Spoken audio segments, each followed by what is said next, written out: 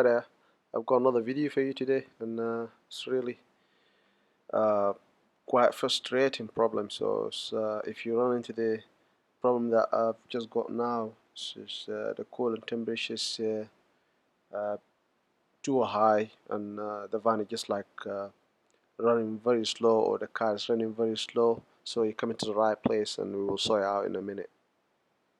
But please, before we go into the video, if you could just like subscribe and leave your comment and like, that would be more than helpful for me. So at least we'll push the video so that a lot of people will watch it, because this problem was like giving me a headache that day. So I was like I couldn't even like uh, do my job, so I had to cancel my job, because obviously the the the high temperature for the coolant will uh, trigger the limp mode. So if you drive in a van, obviously you won't be able to drive more than 30 miles an hour, and that was like very dangerous as well, because imagine if you are like in a highway or in a motorway. You can imagine how dangerous the situation will be in that case, on that scenario. So uh, without further ado, let's jump onto it. So as you can see in this slide, or in this picture, the coolant temperature is very high. So that will straight away give me an indication that I've got a problem either in the thermostat or in the coolant temperature sensor. So obviously, when you have that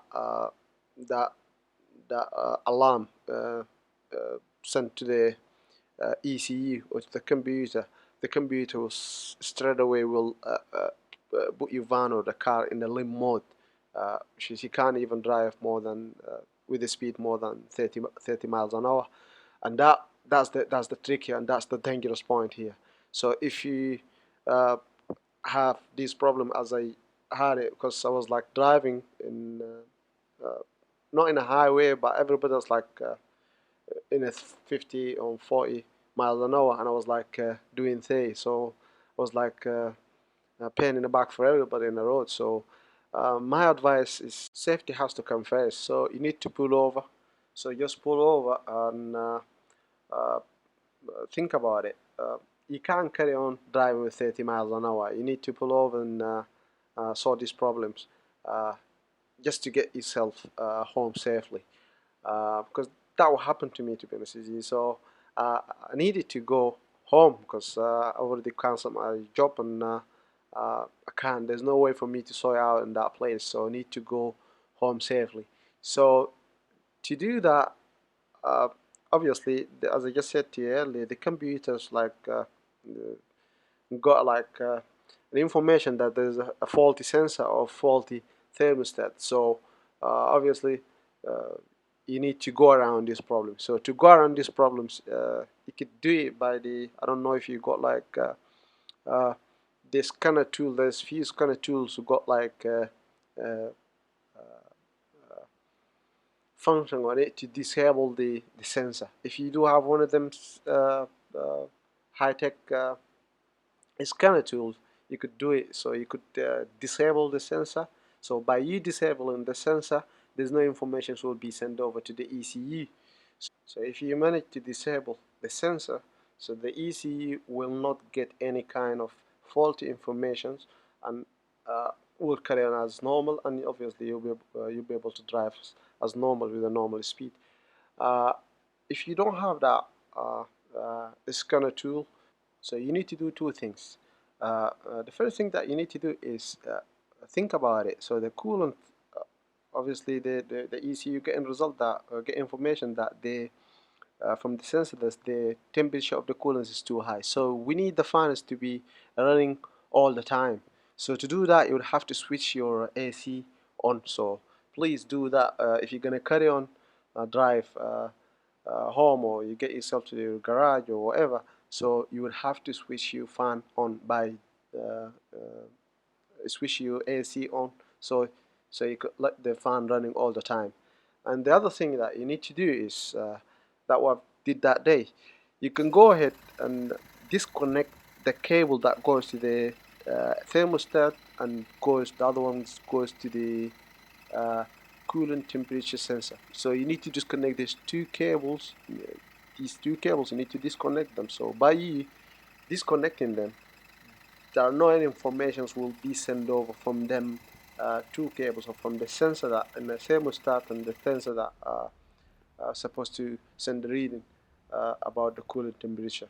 So by you disconnecting these two cables, there's no any, as I just said to you, there are no any informations will be sent over to the ECU. So the ECU will think that everything's as normal, and you fan over there running all the time, so you don't need to worry about the temperature of the cooler. It's not gonna go high if you fan running all the time.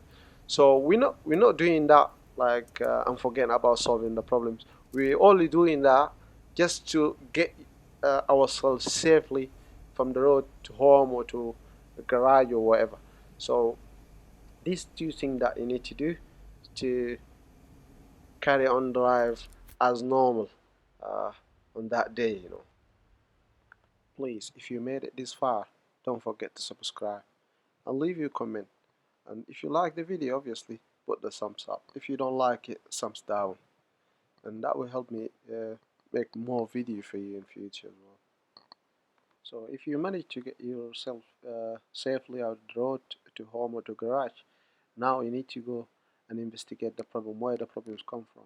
So as I said earlier, the problem is not going to be away from these two, either the coolant temperature sensor or the thermostat. As you can see in the pictures, just like marked them as number 1 and number 2. So number 1 here in the for the Sprinter, for the Mercedes-benz Sprinter 2015 is the thermostat, and number 2 is the coolant temperature sensor.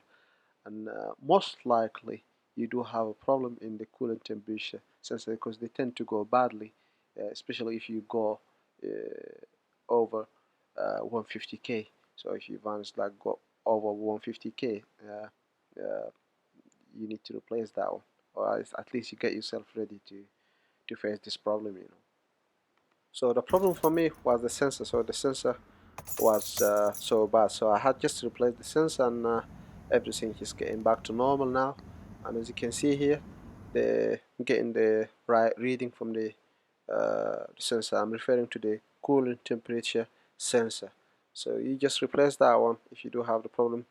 uh, if you run into the same problem that's like as the one that I'm in, your problem will be fixed. And one more thing, do yourself a favor and change the coolant fluid as well, so because that's really a good timing to do so.